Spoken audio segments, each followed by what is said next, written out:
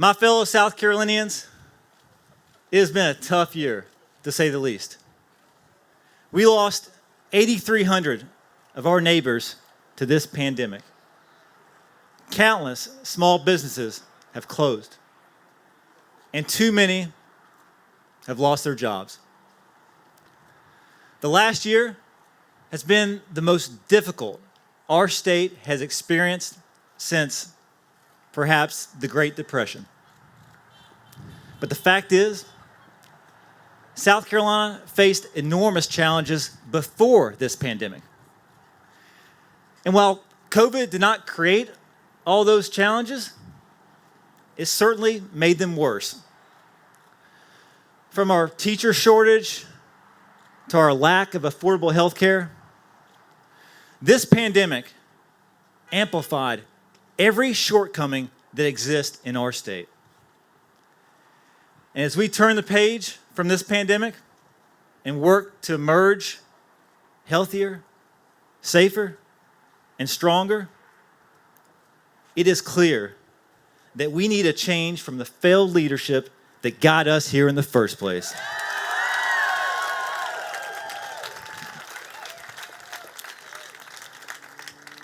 Instead of tackling the virus and the real issues in our state, career politicians in Columbia have been checking things off their extreme partisan wish list, passing the most restrictive abortion ban in the entire country,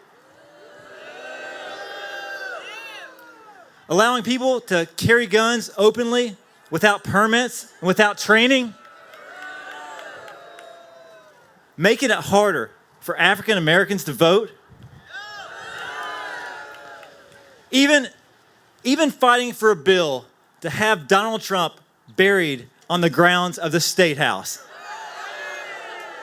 It's true. It's true. All of this at a time when South Carolina and her people beg for solutions. It's been embarrassing to watch. And our governor has cheered them on every step of the way. Henry McMaster has wanted this job his entire life.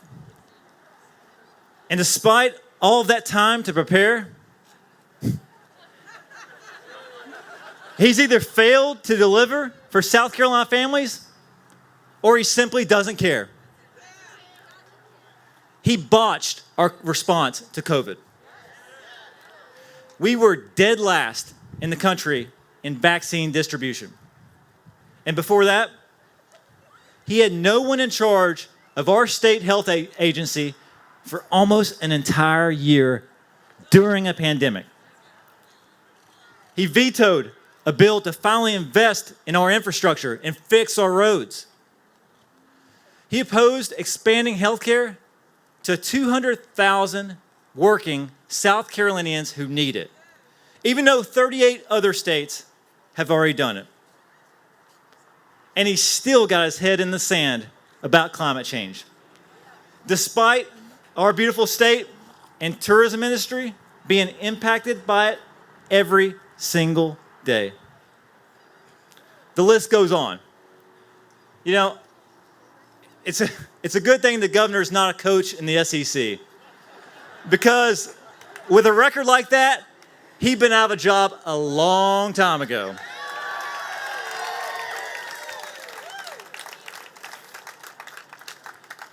But in all seriousness, it's clear that the problems that we face here in South Carolina aren't because of our people. They're because of our politicians. Our state is bursting with pride, potential, and unlimited possibilities. But our leaders in Columbia are holding us back. So after many months of thinking and praying about how I can best serve our state, I am proud to stand before you tonight, a candidate for governor of South Carolina.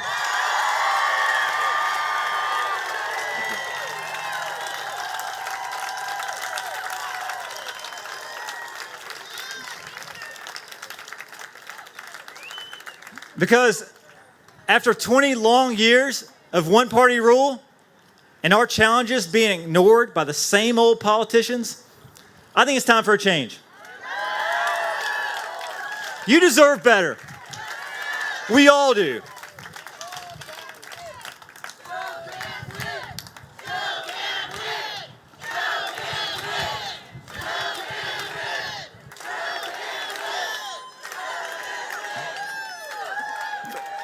And for those of you that I don't know, let me tell you a little bit about my story.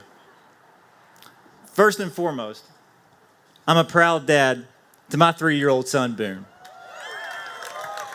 He's the gas in my tank. And every day, I try to teach him the same values that my parents taught me. Honesty, empathy, hard work. And when life knocks you down, to always get back up. I'm a son of a Vietnam veteran who worked as a public defender and later became a judge, and a mom who raised 5 rowdy boys and somehow did it all with grit and grace. She's here with us tonight.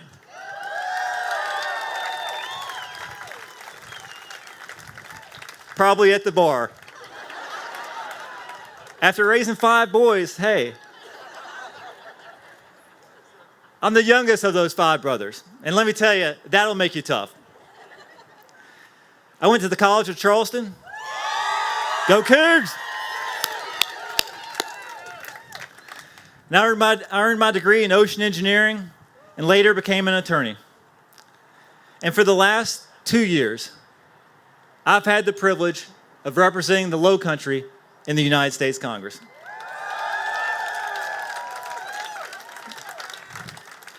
And I was proud to be ranked one of the most bipartisan and effective members of Congress, and had 2 of my bills get through a divided Congress and signed into law by a Republican president. It's not bad for a freshman lawmaker. And I'll take that work ethic right into the governor's mansion. Because you deserve a governor who will care more about the next generation than the next election. You deserve a governor who will be honest about the challenges that we face and have the backbone to actually address them. So let me give you some of that honesty. It's time to give our teachers a raise.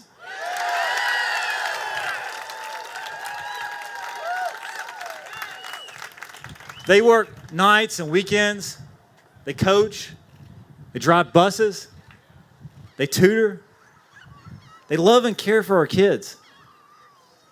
They work second and third jobs just to make ends meet. And then they still come out of pocket for school supplies. So let me say that again. The time has come in South Carolina to give our teachers a raise. And not just any raise, a substantial raise.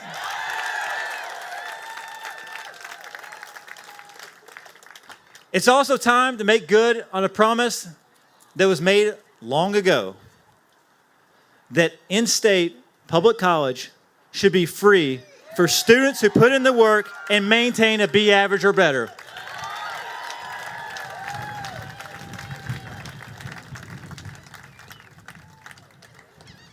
We need to invest properly in higher education for everyone, which includes fairly funding our state's only publicly funded HBCU. South Carolina needs an education governor, and I'm going to be one.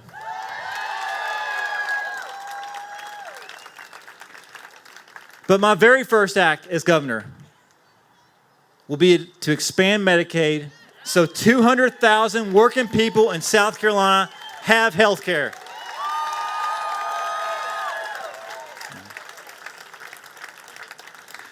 Expanding Medicaid is good for healthcare and it's good for our economy. It would create 40,000 new jobs. It would save rural hospitals, and it would inject billions of dollars into our economy every year. That's why 38 other states have already done it. And we have to combat the systemic racism in our healthcare system.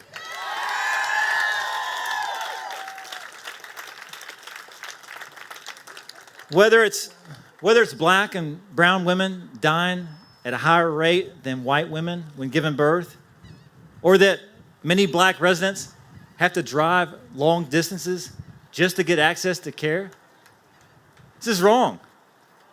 We must do more to ensure that South Carolinians are getting the same care regardless of the color of their skin.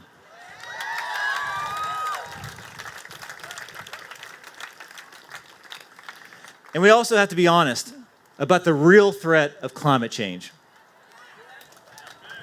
And it's time for South Carolina to be a leader in the fight to tackle climate change by investing in clean energy jobs and investing in our clean energy systems.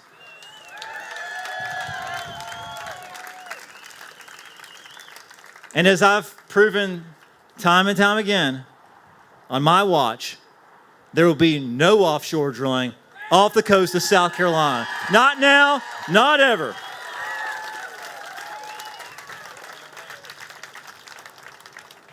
And let's think big on rebuilding our infrastructure. That means widening I-26 from North Charleston all the way to North Carolina. It means repairing the 745 structurally deficient bridges in our state. This will create jobs, it'll help bring new businesses to our state, and it'll save us time in traffic. And the next governor has to be honest about how we're going to pay for these projects. These challenges are going to cost money. And I am committed to doing it without raising taxes. And that means we have to look to new revenue sources. We have to get serious about tackling corruption at the State House. We need to implement term limits on all legislators.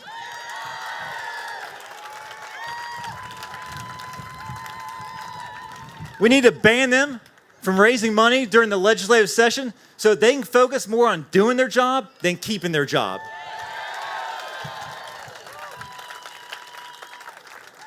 And we have to finally end gerrymandering once and for all.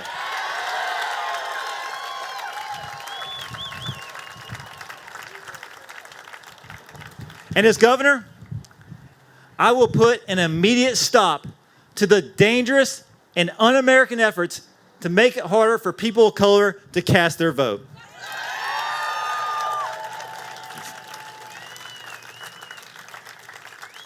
Now, instead, South Carolina should lead on voting rights. We should have same-day registration. No more straight ticket voting. And early voting should be available to everyone.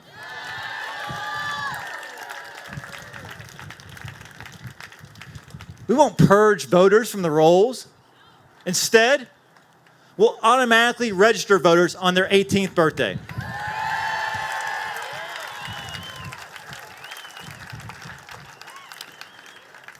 And as governor, I will lead the charge to make Election Day a state holiday here in South Carolina.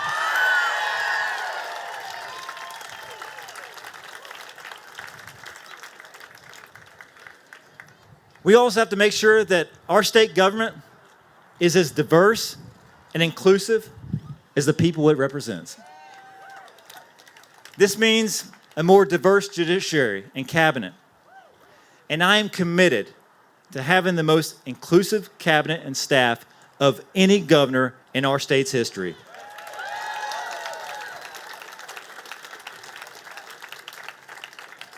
We should provide tax incentives and economic incentives, like we offer foreign companies, to minority-owned businesses who want to grow right here in South Carolina.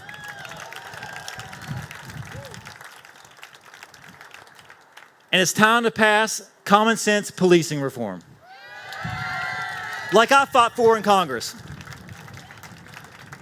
so that black men and women can feel safe on the streets of their own community. South Carolina ranks second in the nation in the rate of marijuana arrest.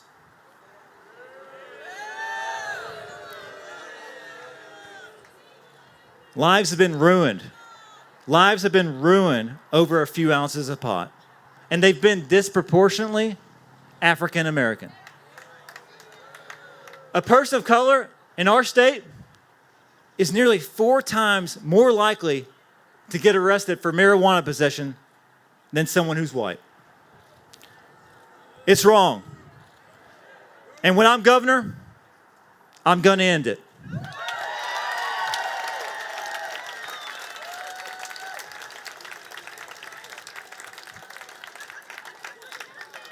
And that's just a fraction of the work ahead. But look, none of those things, not one of them, will happen if we don't win next November. That's why it's so important to nominate the candidate with the best shot at beating Henry McMaster.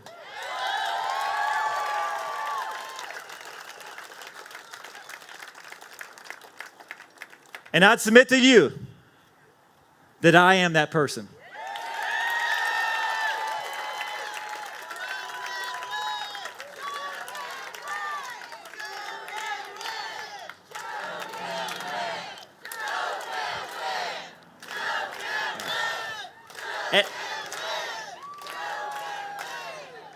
And listen, to those who say that a Democrat can't win in South Carolina, well, we've heard that before. In 2018, thanks to many of you, I flipped a congressional district that had not voted for a Democrat in 40 years. A district that Donald Trump won by 13 points. On election night. On election night in 2018, the experts gave us a 9%, not 9-0, a 9% chance of winning. But we won then. And we're going to do it again.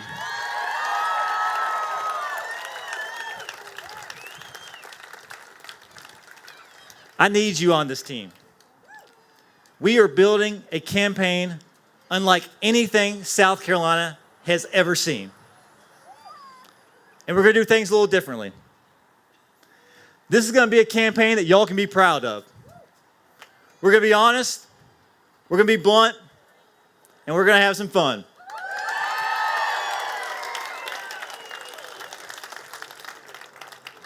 Today, we're not just launching a campaign, but a 46-county tour where we go to every corner of this state. No matter how red, or how small, or how rural, or how forgotten they may have been by this governor, because this South Carolina comeback is going to include everybody.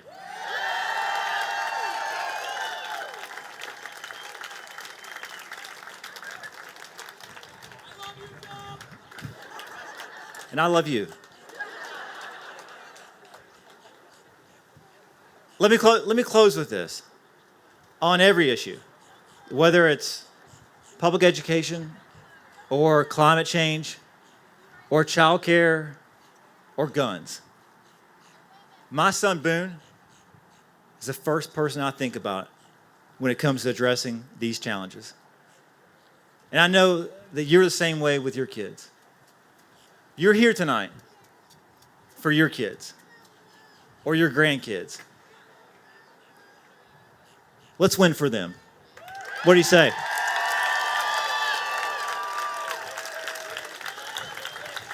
Because these things These things are worth fighting for. Years ago, a friend of mine ran into Muhammad Ali, and he was so excited. He was so excited that he ran across the street to meet him. And he said, "Ali, you're the champ. You're the greatest. I've only ever seen you down once." And Ali turned to him and said, "No, you ain't ever seen me down. I was either up or I was getting up."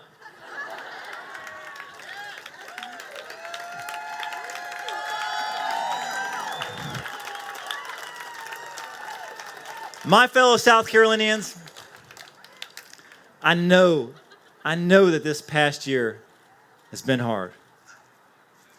And I know that these last few elections have been hard too. But we are not down. We're just getting up. Are you ready to get up and win? Are you ready? I'm Joe Cunningham, and I'm running for governor. And South Carolina's comeback begins today. Thank you so much.